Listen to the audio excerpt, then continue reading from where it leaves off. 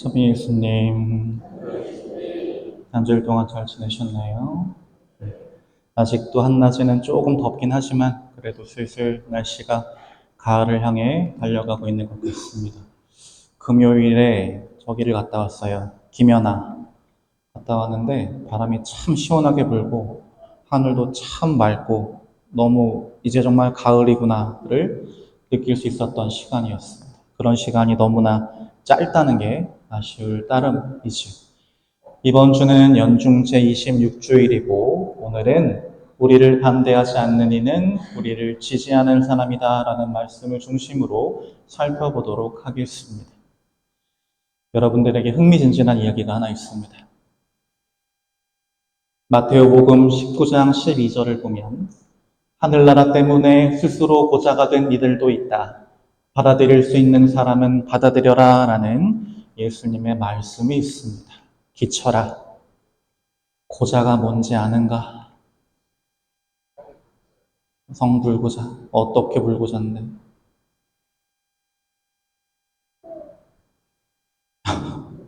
내가 그렇게 어려운 질문한 거야?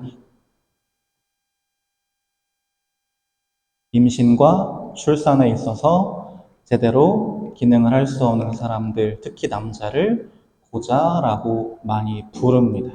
그래서 예전에 야인시대라는 드라마를 보면 고자라는 말이 나오는 굉장히 유명한 짤이 있어요. 거기 나오는 한 남자가 의사가 영 좋지 못한 것을 다치셨습니다. 그랬더니만 울면서 내가 고자라니 하는 장면이 나오는데 아무튼 그런 드라마도 있었습니다. 오늘 얘기랑 아무 상관이 없고요. 그런데 문제는 예수님의 이 말씀을 실제로 실행에 옮긴 사람이 있습니다. 다시 말해서 무엇을 한 사람이 있을까요? 자기 스스로 거세를 한 사람이 있습니다. 심지어 교회 안에서 굉장히 유명하고 굉장히 중요한 역할을 했던 사람입니다. 혹시 누군지 아실까? 동근아? 누구게? 이름이 5글자야. 라우렌시오는 아니고, 그래, 모르는 게 당연해. 부끄러워하지 마. 바로 이분이십니다. 오리게네스라고 하는 분이에요. 가톨릭, 특히 중세 철학 이야기할 때 절대 빼놓을 수 없는 철학과 신학 분야에서 굉장히 큰 공헌을 하신 교부십니다. 다시 말해서 신부님이셔요. 이분이 실제로 하늘나라를 위해서 고자가 되는 삶을 선택하셨습니다. 왜냐? 도대체가 이놈의 육정의 몫을 열기 때문에 사제로서 한 사람의 신앙인으로서 거룩하고 정결한 삶을 사는 데에 방해가 돼서 안 되겠다. 차라리 잘라버려야지 라는 생각을 하신 거예요. 그렇다면 여기서 다시 한번 퀴즈.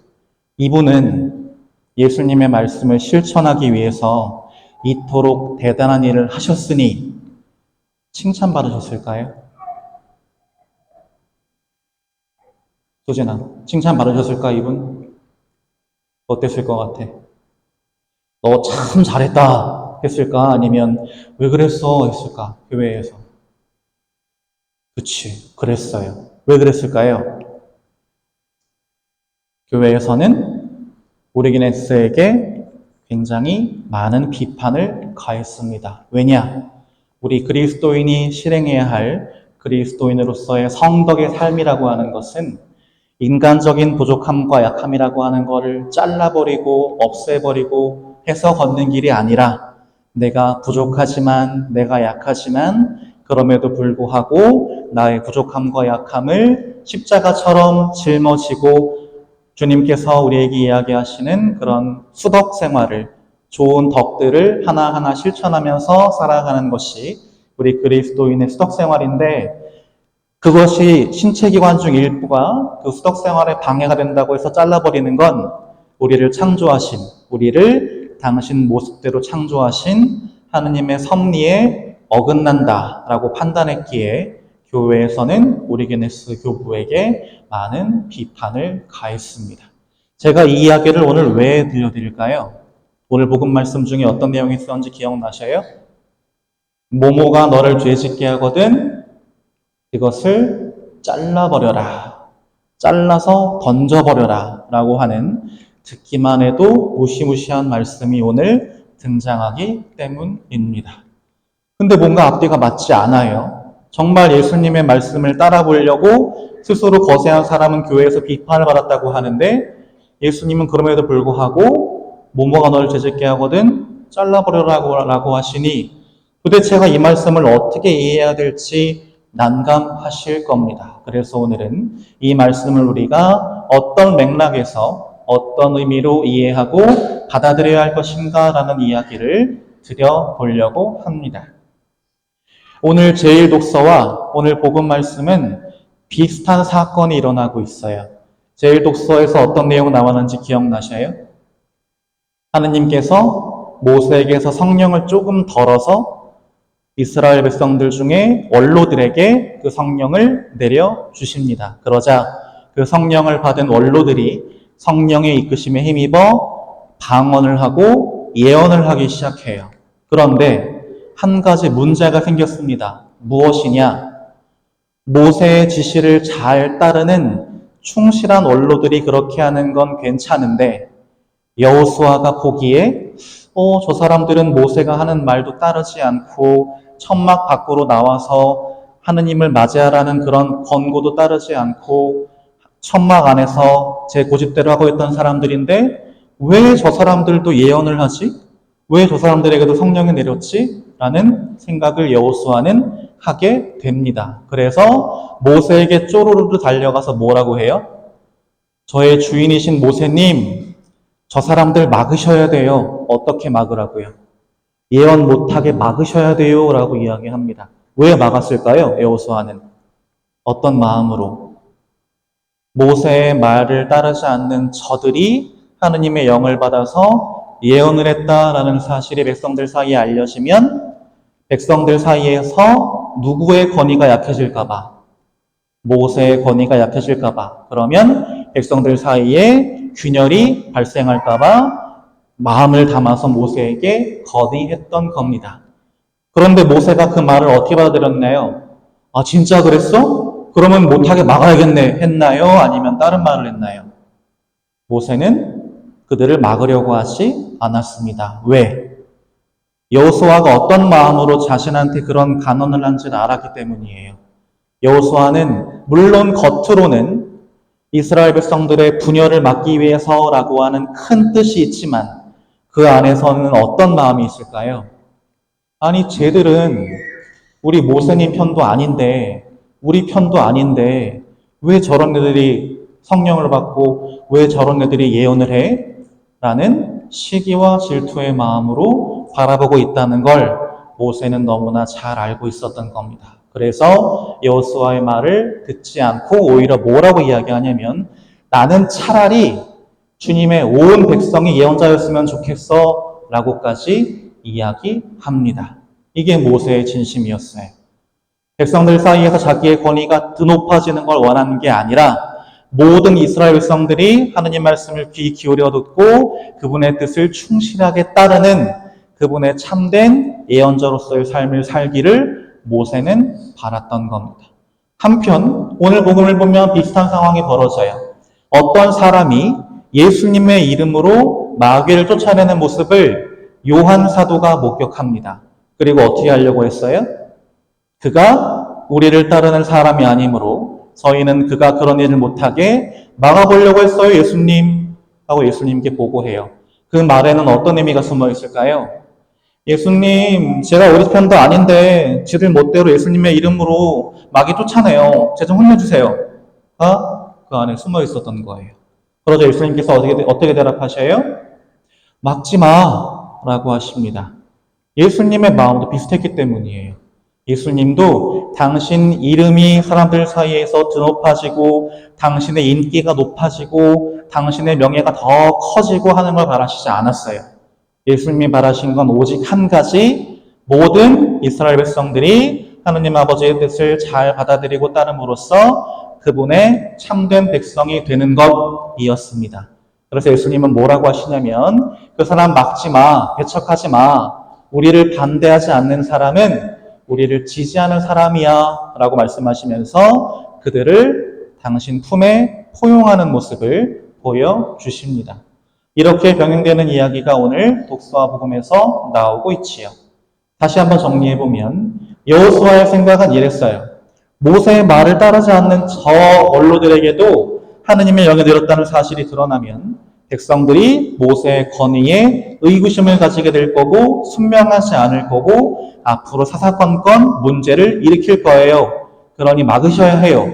하지만 모세가 바라는 건 내가 이스라엘 백성들 사이에서 권위가 높아지는 게 아니라 온 이스라엘 백성들이 하느님의 영을 받아들이고 그분 말씀을 잘 따름으로써 그분께 속한 참된 백성이 되는 것이야말로 내가 진정으로 원하는 것이다 라고 모세는 바랬던 것이죠. 마찬가지 복음에서도 요한의 생각, 우리 편에 속하지도 않은 12제자에 속하지도 않은 저 사람이 우리처럼 모든 것을 버리지도 않았고 예수님을 따르고 있지도 않고 예수님을 섬기기 위해서 고생도 안 하고 있는 저 사람이 우리와 똑같은 능력을 발휘하는 거 저 기분 나빠요. 저 못마땅해요. 라는 게 요한의 생각이었고 그러자 예수님께서 말하시는 것은 나는 모든 사람들이 하느님 아버지의 뜻을 잘 받아들이고 그분 뜻을 따름으로써 하느님께로부터 구원받았으면 좋겠어 라고 그들을 포용하는 모습을 보여주시는 겁니다. 그러면서 하신 말씀이 저거예요. 우리를 반대하지 않는 이는 우리를 지지하는 사람이다 라는 말씀입니다. 오늘날 한국 사회에 가장 필요한 말씀이 아닌가 싶어요. 나랑 생각이 조금만 다르면, 나랑 가치관이 조금만 다르면 너는 내 적이야 라고 하면서 죽을 것처럼 물어뜯는 한국 사회에 어떻게 보면 가장 필요한 말씀이 아닌가 싶습니다. 예수님은 저렇게 생각하셨어요.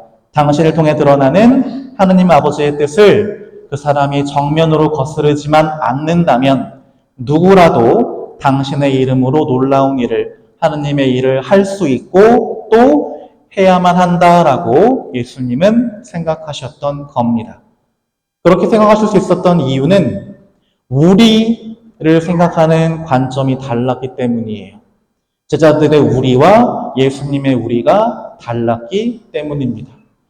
제자들의 우리는 어떤 모습이냐? 편협하고 폐쇄적입니다.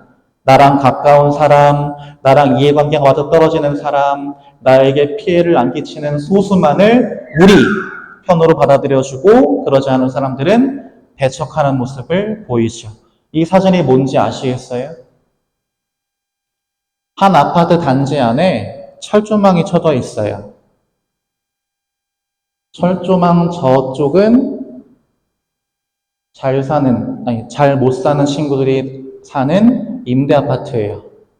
철조망 안쪽은 돈을 다 내고 들어온 입주민들이 사는 곳이에요. 막아놨어요. 니네 여기로 못 지나가. 우리랑 똑같은 돈 낸 것도 아니잖아, 니네. 배척하는 모습을 보이는 겁니다. 똑같은 아파트에 살지만 우리 안에 받아주지 않는 모습이죠. 그렇게 하면 무슨 문제가 생기느냐? 우리의 법인을 저렇게 좁혀 놓으면 그 바깥에 있는 사람들에게 굉장히 가혹해집니다. 그들이 어떻게 살든 관심이 없고 때로는 나의 적으로 여기기도 하고 그리고 말과 행동으로 그들에게 피해를 주고 상처를 입히게 되기도 합니다. 또한 우리 편 빼고는 다 적이야. 니는 우리 적이야. 라는 마음으로 살기 때문에 그만큼 더 죄를 지을 일이 많아지지요. 그러나 예수님의 우리는 어떤 우리냐? 굉장히 개방적이고 호의적인 우리입니다. 우리의 포괄하는 범주가 굉장히 넓을 뿐만 아니라 우리와 너희를 가르는 경계조차도 희미해요. 그렇기 때문에 더 많은 사람들을 우리의 범주 안에 포함시킬 수 있고 또 포함시키기를 바라시는 모습이 바로 예수님이 생각하는 우리인 겁니다. 이게 어떤 상황인지 아시겠어요? 양들이 뛰노는 목장에 나무로 울타리를 박아놨는데 이렇게 넓게 열어놨어요. 그럼 어떻게 할 수 있어요? 양들이 이쪽에서 저쪽으로 자유롭게 왔다 갔다 할 수 있는 거예요. 굳이 막지 않는 거예요. 오고 싶으면 언제든지 와. 우린 너희를 환영해. 언제든지 우리 함께 할 수 있어. 라는 마음으로 예수님은 사람들을 받아들이셨던 겁니다. 이렇게 예수님처럼 우리라고 하는 이 범위를 넓게 확장하면 온 세상 모든 사람들이 나의 적이 아니라 나의 경쟁자가 아니라 똑같이 하느님 아버지를 주님으로 모시는 한 가족이기 때문에 그들을 사랑으로 대할 수밖에 없고 당연히 그들에게 죄를 지을 일도 없겠지요. 이게 바로 예수님이 우리에게 바라시는 모습입니다. 그래서 오늘 복음에서 조금 센 표현들을 하시는 이유가 사실은 이런 의도를 가지고 하시는 말씀이에요. 나는 정말 최대한 많은 사람들이 우리 하느님을 아버지를 모시는 우리 안으로 들어와서 구원받았으면 좋겠어. 그것이 너든 아니면 다른 사람이든 이란 예수님의 관점이 조금은 센 표현으로 드러나고 있는 겁니다. 첫 번째 표현은 나를 믿는 이 가장 작은 이들 가운데 하나라도 죄짓게 하는 자는 연자매를 목에 걸고 바다에 던져주는 편이 오히려 낫다라는 굉장히 무서운 경고의 말씀입니다. 어떻게 이해해야 할까요? 니네 다른 사람 죄짓게 만들면 니네는 천벌 받을 거야 라고 우리를 겁주시는 말씀일까요? 그렇지 않습니다. 연자매가 뭔지는 아세요? 요즘은 고춧가루 빨아 갈 때 어디 가요? 방앗간 가죠. 옛날에는 뭘로 갈았을까요? 이렇게 큰 돌멩이를 소에 연결해서 떼굴떼굴떼굴 굴려가면서 곡식을 빻았습니다. 저거 하나의 무게가 최소 몇백 킬로, 많게는 톤 단위로 가는 거예요. 저거 목에다 메고 바다에 뛰어들면 어떻게 될까요? 바다까지 가라앉을 겁니다. 우리도 똑같이 될 수 있다는 뜻입니다.